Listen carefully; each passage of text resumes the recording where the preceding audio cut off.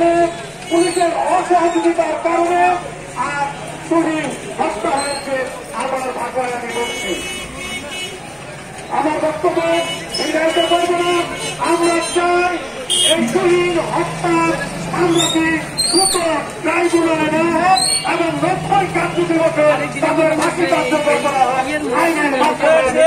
আমার বক্তব্য শেষ করছি।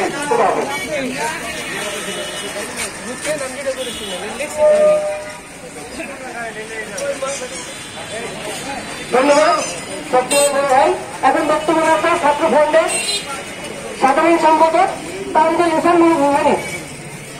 সংগ্রামী উপস্থিতি, সংগ্রামী ময়মনসিংহবাসী, আপনারা সবাই ইতিমধ্যে অবগত হয়েছে যে আমরা কি কারণে আজকে আমাদের এই সাংবাদিক বন্ধুরা এবং শহরের যে সচেতন নাগরিক সহ তারা কি কারণে আজকে ঐতিহাসিক ফিরোজ চান্দির দাঁড়িয়েছে। কারণটা খুবই লজ্জাজনক এবং মর্মান্তিক।